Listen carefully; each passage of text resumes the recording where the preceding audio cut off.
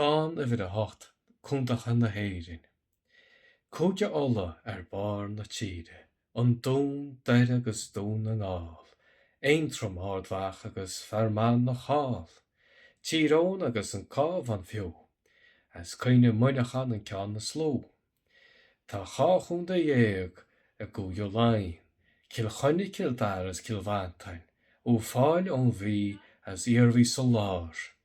Longfort as a ló huas ar bhár. An sin tain leis loch garman agus cearlach. Agus go difin bhaile lia saoil na carach. Cóide mún ag bun na tíre, Corca céirí agus cúndach láir, Léimnach port láirige ag subadárin ar bhár. Cóide chonacht, an cóide sló, Léatram agus muo, Sligach agus urs cumain, as gaile bó agus éire bó go jo. Sné mar se. Níle tam cé chuma sin, I don't know who wrote that poem, ach chi Matthew nan.